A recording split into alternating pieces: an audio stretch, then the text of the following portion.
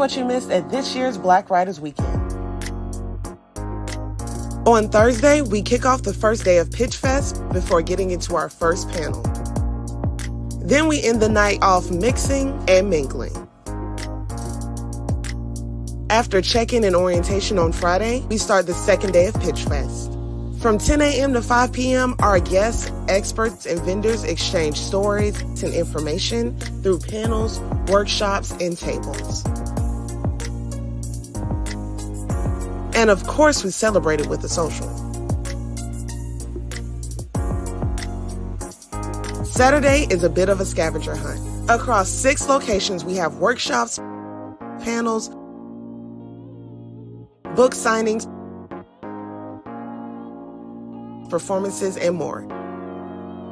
Our final day is the 15th annual AAMBC Awards, complete with red carpets, live music, and lots of honorees.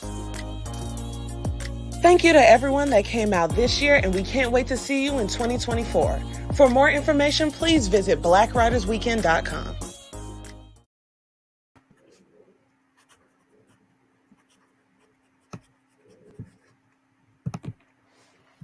Welcome, welcome, welcome to today's Craft Chat. This is going to be juicy. Get ready to be enlightened. My name is Valerie, and I'll be your host today. We are welcoming Mo Triplett, and I want to ask you to introduce yourself and tell us something about yourself before we dive in. Okay. My name is Mo Triplett, and to see something interesting is one of the things that I try to do just because of the life that I lived is I try to dive into philanthropy and just help people. I'm going to call it our village, which is mostly Black folks, but to help our village learn some of the things. I know when I was growing up, I was deficient in a lot of areas. Well, I have knowledge now of certain things, and I like to try to share that. Ashe, ashe, ashe. That is awesome. So I want to start with asking about the creative aspects in producing or writing your books. So let's start with this. What is, or how did you discover your passion for writing in itself? Okay, so I'm not necessarily sure it was a passion that actually started me in writing a book. However, I did have a purpose that drove me to write books. Okay. And I wrote 2 books, and in both cases, I had a specific purpose. For book number 1, my specific purpose was, let's call it primarily self-therapy. It's an autobiography. It's about my life and the life of my family. And there were some unanswered questions and things that I just were unable to piece together. So I decided to write a book about it. And I also got input from people in my family so that way I can fill in some gaps. And now I go back and read that book periodically. I have my answers, and it's also used as a book that can help others in the sense that a lot of people, once they read it, they can relate to it. And they say, oh yeah, I went through that. Or, wow, I didn't know that this was something I could recover from. I usually get those types of responses. So that's for book number 1. Mm-hmm. Any more questions on that? I can go to book number 2.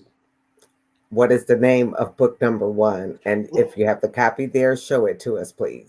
Oh, no, I don't. I have it. Tell me which one it is. Okay, book number 1 is Perforated Fiber, and I can elaborate on that name.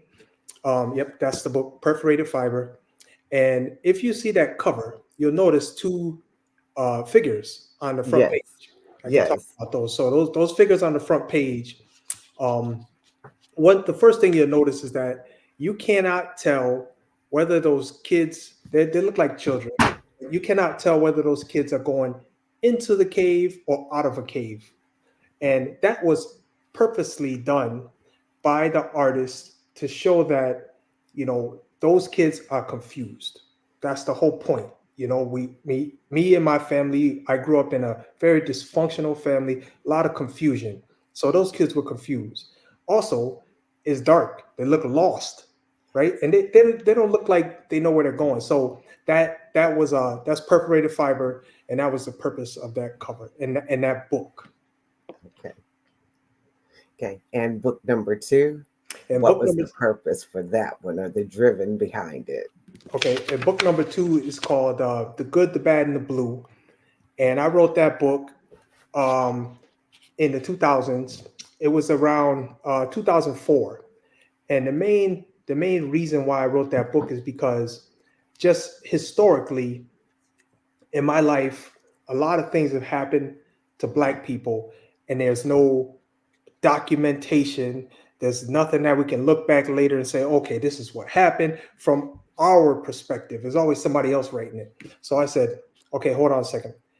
During that time frame, there were a rash of Black people being killed, and all there was were little snippets in the newspaper that said this person got killed. Um, this is some of the circumstances that happened, and for me, that just wasn't good enough.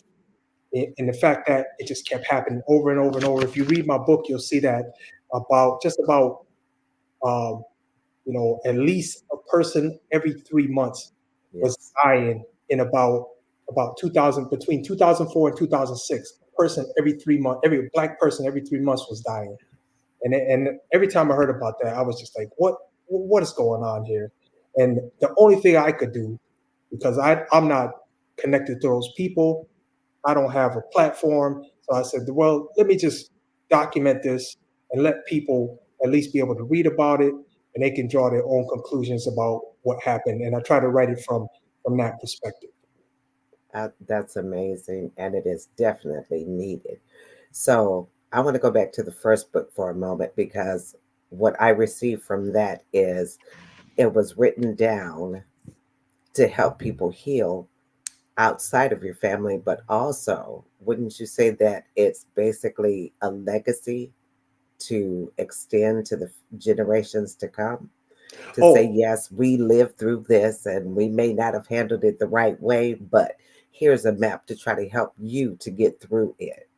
absolutely. Yeah, you're spot on. And the whole idea is that it, that thought goes beyond my own personal family. That's Yes, it's for everybody. And it's just yes, to say, when you come up against circumstances that you think you might not get through, there is a way. And in fact, I put some of the I'll say the ways that I figured my way through this labyrinth of poverty and danger and all that. I put that in the book purposely so people, if they read it, they can say, okay, yeah, I'm going through that now. Let me try this. Or let me try that. So yes, yeah, right on. absolutely wonderful. So I know these were purpose driven, but in writing these books, were there any rituals that you had to go through or thought of to help you maintain the writing process? Or are there any rituals that you could advise us to do today? Oh, absolutely. So just I'll self admit that initially I was not a writer. I would never call myself a writer. And even though I have 2 books, sometimes I feel like I not sure I can call myself a writer, but I have 2 books. I'm a writer. However, when I first started, it was I was trying to find my way. I didn't really have, I wrote the books myself. So I didn't really learn how to write. I didn't really know the process. I was kind of confused, just like I think probably some of the people you're talking about, how do we help them? And one of the things that definitely helped me was um, that I made it my business to kind of schedule a time to write and be deliberate about it and do it and stick to it. So Yes, what I did was every day I would say, let me try to write an hour, right? So don't and don't task yourself. Don't make the task too difficult because you won't achieve it. You won't. It just won't happen. You'll throw everything down and say, I'm done with this. So Yes. so set a goal that works for you. You don't have to do what everybody else is doing. Set a goal that works for you. For me, I said, let me try to write. I was able to, when I first started, it was about, I had a lot to say, but it was Yes. all jumbled. So it Yes. all came out like vomit. Just all came out. And I just said, okay, what I'm gonna do, I'm gonna just write it all down. I know some of it's not gonna make sense, but that's gonna be okay because I just want to get it on the paper. So this is my technique. You might have a different process, but this is what I did. So I just vomited it all on the paper. It was all discombobulated, disjointed, and I went back later and took the pieces um, that needed to be together. I put them Mhm. together and created a story out of that. That was really my process, and it worked for me because I was able to. I didn't forget information that I wanted to be in a book because I just Mhm. anytime I had that information. So don't try to write your book so that it's done in the first take. Bad idea. Absolutely. You're gonna rewrite it. I rewrote my book probably like 15, 20 times. So, each book I rewrote it about 15, 20 times. So it's Yes. okay to just start with, just think of it this way. Think of it like a puzzle, right? The puzzle is not together when you first start. You got to get all these little pieces, right? Spread them out on the table first, right? They're not in any particular order. You spread them all out on the table, and then you start figuring what pieces go together. So the Mhm. spreading out on the table part was me just getting all my thoughts out, getting them on the paper, and not worrying about if it sounds like a story, not worrying about grammar, literature, none of that. Just getting the story out. And then the next step was we move forward towards trying to create a book. You let me know if you want me to go into that. I can. Absolutely. So I like when you said my process may be different, but actually ours are kind of similar because I just start writing and I'm like, this don't make no sense. But I'm gonna keep writing because I have to get that out of me. Yeah, yeah, Then I can go back and touch it up and then say, okay, well, maybe it did make sense. You just had to that's right. correct a few things. Yep. So I do like that and appreciate sharing that process with us. And I would like for you to go ahead and elaborate on the other parts as well. Okay. Yes. So, like, I know you don't have a specific routine. Is there like a practice that helps you to stay creative? Oh, okay. Yeah. So my, I'll say it this way. I think it would have been harder if my books were fiction, but the Hmm. fact that they're nonfiction, the stories were already embedded in my head, or the information was out there in space, and I just had to grab it and put it in a form where it made sense and Hmm. was interesting and told a story. So that with nonfiction books, I can speak on those, but with fiction books, I did try my hand at a few, but I just never finished them. But it's probably a different process because you can let your brain just make up stuff, right? Yes. I can be here and disappear and show up over there. You know, Yes. you can't do that with nonfiction books. You want to have some accuracy to the world we live in. And so Yes.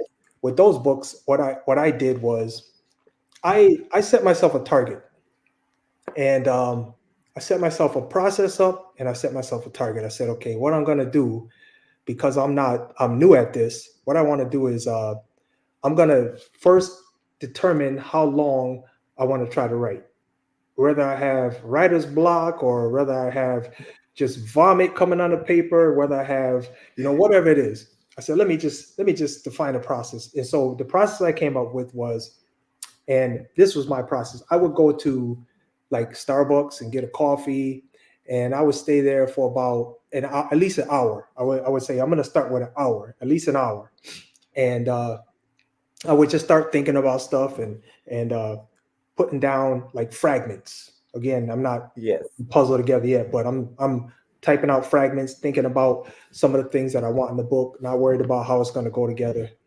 And so that's kind of how I got started. That was my process. Okay. So, with both books, what would you like for people to take away from reading the books? Okay, so Starting with the first one. okay, so with perforated fiber, that's my autobiography. The there's a lot of takeaways, but I'll try to look at the macro vision, and that was I had a life of uh, probably unlike a lot of people, but I had a life that I had to deal with a lot of adversity, had to deal with poverty, had to deal with um, undesirable circumstances. There was a lot of death in my family and Yes. around me, a very undesirable environment, and and so when I kind of followed a path that I'll say, I like to say I was on autopilot. That's kind of how I like to think about it. I was on autopilot, and my plane luckily didn't hit any mountains, and I Mm-hmm. ended up somewhere where I could flourish. That's kind of how I thought about it. And Okay. so my takeaway for that book is if you're dealing with adversity, if you're dealing with difficult circumstances, there's a way to to um to move beyond those circumstances without having to succumb to those and become that environment. You can Yes. there's a way out. So that is my primary message for perforated fiber, my autobiography. You want me to talk about the other one? Yes. Okay, and again, the primary purpose for the good, the bad, and the blue was because of um, just historically, things that happen to Black people have been inadequately documented, Yes. and so I didn't want that to happen during this time with these real critical situations happening, very very negligent in terms of our society, and so I did it for a few reasons. One, I wanted to document those things so that they won't be forgotten, because a lot of Yes. times, you know, time can pass, people forget things, but I had a book that has the Mm-hmm. information right in it. And if you want to know about it, you can read it. And I control it. Nobody else controls it. Mm-hmm. So I did that for that purpose. I also did it because um, I wanted the families to have something. So let me just kind of veer off just for a second so I can Mm-hmm. make this make sense. But the families, you can imagine being a family of someone who was killed, and you have somebody in your family who was killed by police. Um, you can imagine that 35,000 stories are going to come out about what happened. And so, rather than allowing that to stand, I wanted to make a closest accurate um, story on what happened. I wanted to make the closest accurate story on what happened. So what I did was I researched, probably like 15 sources to see what happened, because if you just read one, you're just going to Yes. get that point of view. So I said, let me research about 15 sources, and let's see which ones are similar to each other, and Mm-hmm. and that's going to be my story, because I don't know the people. I don't know. I can't call the mother of a child or the Right. father of a child. So I said the best thing I'm going to do is I'm going to look at all these resources. I went to they had Black websites. They had the police department was saying something. Legal teams were saying something. So I did across the board, not just Wikipedia, because Wikipedia, one person writes that. So I did across the board, and my story came from the combination of what was most likely the truth out of Yes. all of those sources. So I put that together, and I did that primarily for the victim families, so that they'd have something to look back and reference, and their people just wouldn't be forgotten. So I'm going to share this. I had to put that book down because I am one of those people who had a family member killed by a police. I was just a child then, Wow. but I remember the horrible pain and not Wow. understanding why it happened. So honestly, I had to put that one down. I'm not ready to face it, but I know it's going to help me when I'm ready to face it. So I Wow. want to say thank you for that, because it involves, like you said, the research is not just one site or one person's view, but a culmination of trying to find what the true story is. Right. So I completely appreciate that. And it does resonate with a lot of us. And to just even go a little further, both books, they kind of tie in together because they're also dealing with dysfunctionalities of lifestyles, mainly our people, starting in the home, and then what resonates if you're caught up with the law in any type of a way, what we feel. So Absolutely. both books, I feel, are the start of a legacy, not just for you and your family, but for all of us, because we all go through those things. I definitely had a dysfunctional family. I don't know anyone who doesn't. No matter what the dysfunction is, it's there. And just to have enough accountability to say, yes, I know it's dysfunctional. Let me write about it so I can help someone else to get through it. My hat's off to you. I applaud you and definitely appreciate that. And when I am ready to face it, I could continue reading both books. I did start and I was like, okay, I don't want to go down that alley right now. I have to do an interview. I want to be lively and Yeah, yeah, upbuilt. yeah. Yeah, and that's I appreciate that, and that was what you're telling me right now is for both of my books is the impact that I wanted to Yes, have. I wanted people to be able to pick up something and say, oh, there's people that relate to me, or there's people that have been through the same thing I've been through. Oh, it wasn't just me. yes, That's a good feeling to have. absolutely. It is. It. I would advise people to get the books. I do have them, and I am definitely going to read them, to face some things in my own life that says, okay, you can get through this. But Yeah, I do advise everyone to get both books, because they will have something that you can resonate with, and also tools to help to try to get past it. So I did look at the tools. I'm like, I'm going to focus on the tools right now. I'm not going to focus on the issues. So yeah, I do appreciate that in both books. sure. Okay. And let me just add this before you move on. Yes. I wrote those books uh, primarily to help people. So I didn't write them to make money. So if you want free copies, just contact Valerie, and Valerie will get you in contact with me, and I will send you free books. You don't need to buy them off of Amazon. That was not my purpose. I have a purpose for writing these books, and it was to just disseminate information that will be useful to others. Thank you. I'm sure our audience will definitely love that. Just to give the books away from the kindness of your heart, Yeah. that is huge. It says a lot about your character, number one, but it's also about to make me cry. So I'm going to have to move on. Sorry. No, Sorry. that's okay, because crying is good for the soul as well. Yes, it I'm is. not going to do it on camera, but it touched me that deeply to know that you wrote those just to give back. Yes, yes, absolutely. Wow. Do you have any advice or tips for those of us that are just starting out in a writing journey? Like you said, just start writing, but is there any other tips that we can have? Like, tell us about your publishing process. Okay, so I can let me answer your first question. Then you might Yes. have to remind me because my memory is not good about the Okay. publishing. Okay, but the tips and thoughts. Yes. I'll say, find think. So it depends on what you're going to write. But if you are going to write nonfiction, the story is already there.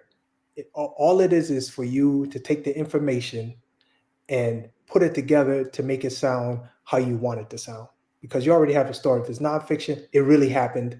You can go through step by step, recount what happened. It's gonna, and don't worry about the first draft. Please, people, do not worry about the first draft. It's gonna sound horrible. You're gonna have grammar mistakes. Don't get hooked up on that, because once you get hooked up on those things, now you lose focus of the story, right, that Yes. you want to get out. So just put it down. Spell words wrong, disjointed sentences. Don't worry about any of that. Just get it out on the paper. You can reorganize it later. You can say you'll figure out. You know your story, so you'll figure out what you were trying to do. You'll be able to reorganize it. So that's one piece of advice. Another piece is, so find something that you're passionate about. If you have passion about a subject, that really makes it easier to write about it, because those thoughts are already going through your mind. You think about those on a daily basis. If you like, I don't know, I'll make it up. If you like planting and growing in a garden, right? Your brain is already thinking about those things, and you have a lot that you want to tell people. Certain things that you do in your garden and how you do them and why yours is the best one on your street, et cetera, et cetera. So that story, if you write about something that you care about, that's going to make it a little bit easier.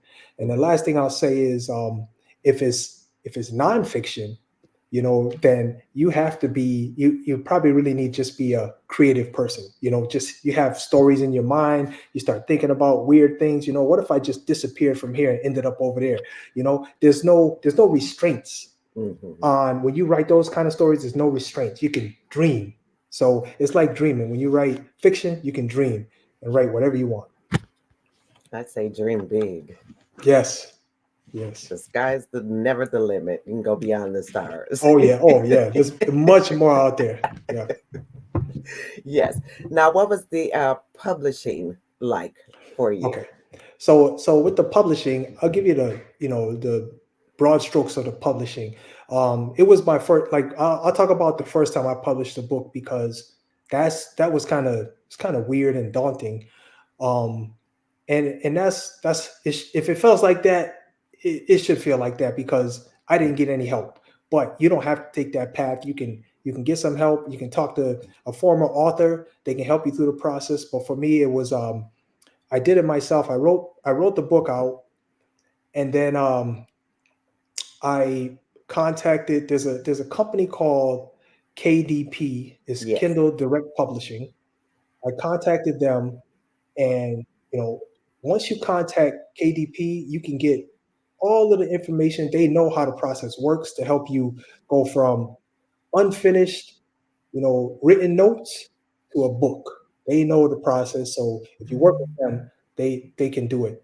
Um, it it's not free. It costs some money. So you decide how much you want to pay or you want to spend to create your book. But usually you go to a process like that. I don't recommend, if it's your first book, I don't recommend you have these big grand ideas like, oh, I'm gonna spend a bunch of money on it. My book cover costs like $150. So you don't have to go and get a graphic artist to design something that costs you, Okay. $400 or anything like that. Just the first time through. Plus, always remember, you can republish your book. Yes. It's your book, so you can republish it. You can change the cover. You can do whatever you want. So if you just want to get experience, just think of it like a trial basis the first time you do it, and then the second time it'll be easier. But it's kind of a disjointed process. I would say contact or align yourself with authors or previous authors, so that you don't have to struggle so much. I'll be willing to help people. So if anybody needs, just have questions or thoughts, I'll be willing to help them. Absolutely. Amazing. I love it. And KDP, I would say if you're going to go try that route, have a budget and stick to it. Yes. And that will help you definitely tremendously. So thank you for sharing that, because a lot of us newbies, we want it to be perfect. Yeah. And perfect does not always have to mean break the budget. Exactly. So first set a budget and then stick to it, And and and it'll let me work for your good. Exactly. And let me just add one thing. I might have said it, but I just want to put an emphasis on it. Just don't get caught up in all the grammar stuff because Yeah. they kill you with, because the editing is per page, is by page. So and by editing is editing and by page. So the more pages you have and the more editing you have, the more expensive it's going to be. Like I said, if you want to just do a trial run, just create a cheat book. It doesn't have to be your final book. Just create a cheat book so Hmm. you can get the feel of it. Then you can come back and spend the money that you want to create your book. But that's my recommendation. But there may be other options as well. Yeah, I like that idea. That's a good one. So thank you for sharing that. A lot of You're us would welcome. need to know that, especially just starting out, having no clue about the publishing side. Yeah. So those are some great tips. All right. Can you tell us about any current projects you're working on or anything that's twirling around in the creative mind?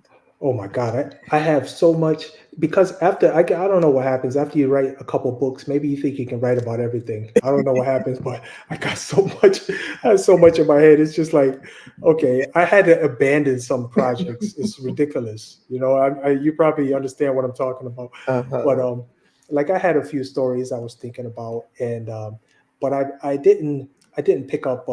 I didn't get back on the computer and write any more stories. So as far as writing goes, no, but I do have other projects that I'm working on.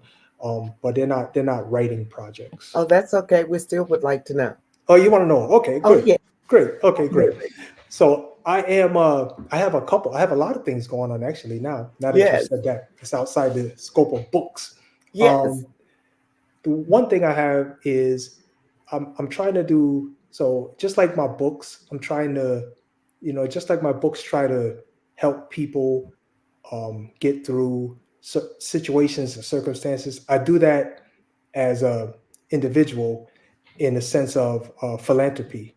So I have a philanthropy project right now where I am offering scholarship for. So I'm an author of two books. So I use those yes. books to offer a teen reading and writing award. So if anybody has teens out there, they can get in touch with me and they can be part of this reading and writing award. So I have a couple of different I don't want to call them scholarships. A couple of different awards for different grade levels. So like 10th grade, 11th grade, 12th grade, first year college. And the reason why I'm doing that is because I think it's important to get our, let's say, get our Yes. youth exposed to, not necessarily, I'm not going to generalize it into just being a reader, but into reading information that they will need that will serve Yeah. them very well. And now if they read for recreation, that's another thing. But I know that just in my lifetime, if I would have been taught to read, um, I probably would have been able to figure out things a lot easier, because I didn't have people, resources to run to say, well, how do you do this? And how do you do that? And how do you do that? But if I had learned I'm going to call it tool. If I had learned Yes. the tool of reading, the information is there. You just got to let it go into your brain and then use it. So that's one of the reasons why I do the reading and writing award. So that's one of the things I have. You want me So to? please share with us how they can apply or get in touch with you to learn more about the awards. Okay. I have an email, you can Yes. email me. I don't know if you want to put it up on the screen or how do you want me to put it in the chat? I can, Yes. however you Yes. want me to do it. Okay. I'll put the email for the award in the chat. And then Okay. I don't know if you want to share it. Just give me 1 second. Let me find the email address here. Okay.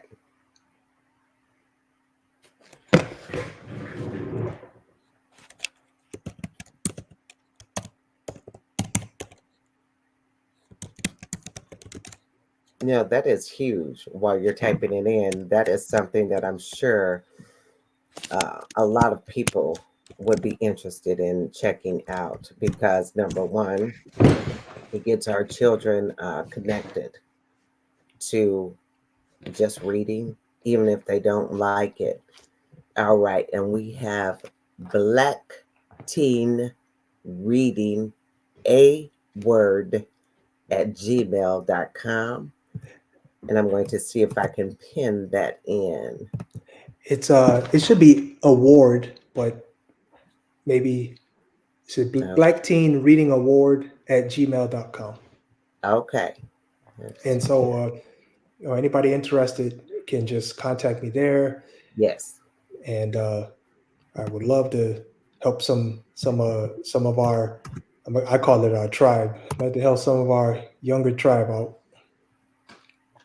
absolutely. Okay, so I do have it pinned in. We have Okay. Black Teen Reading Award at gmail.com. That's correct. If anyone is interested in learning more, let's reach out. We want to give back, and he is doing an excellent job at that. He's offering free books as well as services that could help our teens that are going to be our adults of tomorrow. So we want to thank you for that. Any other projects you got going on? I mean, that's huge right there. I, I do. I actually have a philanthropy page where I I all kind of things. I just kind of Yes, give them away, or if people, let's say, I'll give you an example. Let's say you have a service. I yes. might get in touch with you and say, hey, on my philanthropy page, maybe to get your business, or maybe you just feel like helping people out. I'd like to, can you sponsor, uh, I don't know, maybe 2 tickets to something, or can you, if you have a hair business, you want to, have people come in, can you give me do a certificate to get somebody to get their hair done, whatever it is. And I put it on my page because I'm trying to make a community where Black people can help Black people. Simple as Can that. you share that site with us, that page with us as I well? can. I can. That's amazing, also. Yes. Well, when you come from a lot of people probably will identify with this, but when you come from a lack of just about everything, it's Yes, just embedded in me to give back. yes. I can't stop it. There's nothing I could do. There's nothing I could do. So, this has been a great conversation. Number one, the books are amazing. And you can also purchase them. I'm going to say it. They can be purchased at Amazon.com as Mhm. well. And if you want to get in touch, we'll see about giving free, but we also want to give back to Mo to thank him for the services that he has provided and for the books because they will help us all in the long run. So we appreciate that also. And we're going to put up the philanthropy page, Time, Talent, and Treasure on Facebook. So everyone go there also. Let me see if I can get trying to see if I can get the link, but The link. that's the name of the group. Let me see if I can get the link for you though. Okay. See, we put you on the spot, but that's okay. We'll work it out together. So it's okay. I don't We that going with the stuff. flow. Yeah, I Right. don't that You stuff said don't some bother me. amazing things. I'm like, I'm not gonna let this slide by. Like, yeah, by the way. Oh no, no, no. We're gonna give some due credit. Yeah, yeah. So I will find that. I can post it in here, but Okay. yeah. Okay. So we are about to wrap it up.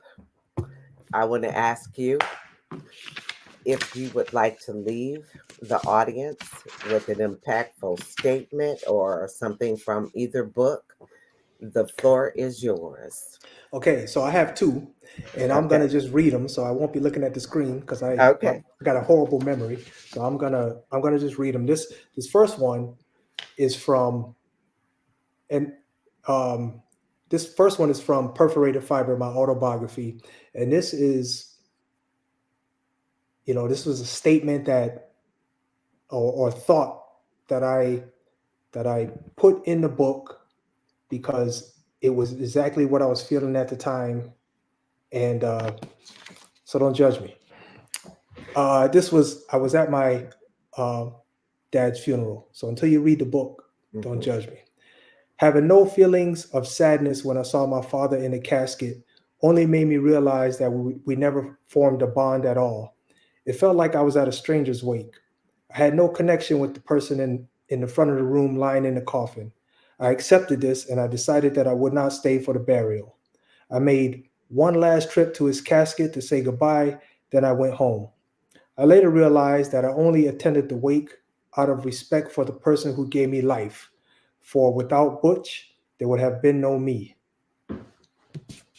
There's no judgment there. That is a true statement. So there is no there anybody who tries to judge are dealing with their own things, Yeah, because I know that I have been in that situation as well. It's like I didn't really have a connection with you, so see you. yeah. And Yeah. I just know, and I don't know if it's relegated to our community, but I just know our community Yes. likes to say, "Oh, you never go against family. Stay with family." Don't do that. No, Bad move. After you read my book, absolutely. you will not be doing that. I No. guarantee you that. I Yeah. say be true to your authentic self Yes. as long Yes. as you're not harming self or others physically, Oh, that's a good because way to put it. mentally sometimes we have to tell the cold hard truth. Yeah, that's a good And way. That's a great way to put it.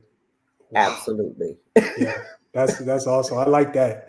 Yeah, and and I'll read the Yes, second quote is from my book, The Good, the Bad, and the Blue, and this one is on policing in America. yes, Um, in society, the police are the alpha wolves. They carry guns. They have the legal right to kill and have the courts and legal system on their side.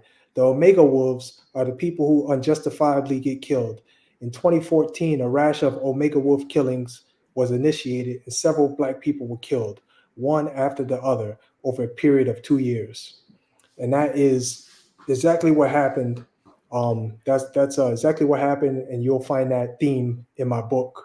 And it's factual. So, it's absolutely factual. yep, I was around when it happened to us, yep. and I'm still, I won't say angry about it, but I still have some feelings about it Oh that I yeah.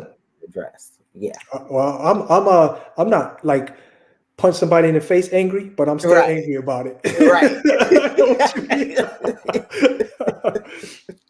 mean. Absolutely. Yeah. Well, I want to thank you for joining us today on our Sunday Craft Chat. And we want to extend this gratitude. You guys go and get the books. Sure, you could get them for free, but let's support Mo and let's go to Amazon.com and let's order some just to give back, because he is also giving back to the community. And is there anything else you'd like to say to the audience before we go to our last commercial? Well, first, I just like to thank you for bringing me on your show, and giving me this opportunity to talk to some other people because Yes. my I'm at a place where I am today because of the life I've had, and my single goal right now is to just help my brothers and sisters. I'll say one last thing, and then I'll give it back to you. But the other thing I do have is I know by luck, I ended up learning about stocks in the stock market. What I can tell you is that, as a community, Black people think that stocks in the stock market is daunting. It's Mm-hmm. not. It's not daunting. And it is a really an easy way for you to make some uh, very significant money. Just think about this. I'll say this last thing and then I'll let it go. Just think about this.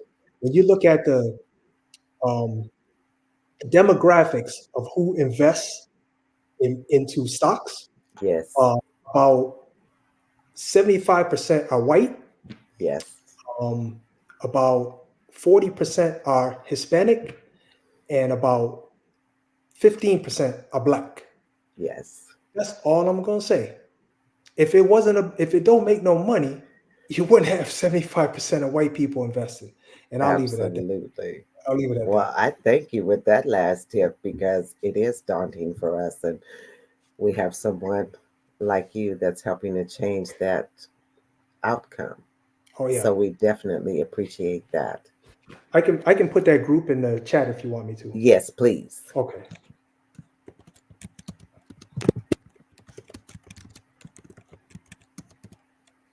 So they just have to look for that. That's the name of the group. Okay.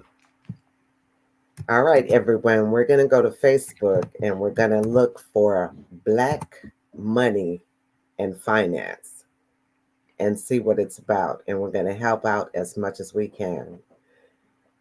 Thank you, Mo. What you're doing is your calling. So Yes. thank you for doing what you were called to do. We're going to put it like that. That was. I saw what you did. That was nice. Absolutely. That was nice. Yeah, no, Thank I appreciate you. that. I appreciate that. Yes. Well, we are going to go and thank our sponsors for today, and we will see you again in the future. Absolutely. So we can stay attuned to what's going on with everything, okay? Absolutely. Absolutely. Thank you so much. Thank you for having me on the show. In a world where creativity meets the digital age, one agency stands out from the rest. Welcome to Delphine Legacy Media. We are a team of passionate experts and creatives dedicated to elevating your brand to new heights. I learned so much today. It was really inspiring hearing everyone speak about all their different experiences and getting together like authors and screenwriters. And I learned a lot from this. Their creativity and expertise are second to none. But what sets us apart? We tailor our services to fit your unique needs. Whether you're an author, a business owner, or an artist, our services include interviews, media tours, book tours, and speaking engagements, all designed to put your brand in the spotlight. Are you an artist that seeks to obtain more media, headline your own book tour, or adapt a film? Or perhaps you need media training to best prepare yourself. Whatever it may be, we can manage it. Picture your brand in the limelight.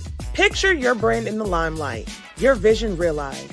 At Delphine Legacy Media, we're partners in your success. Ready to take your brand to the next level? Contact us today. Delphine Legacy Media, where creativity meets success.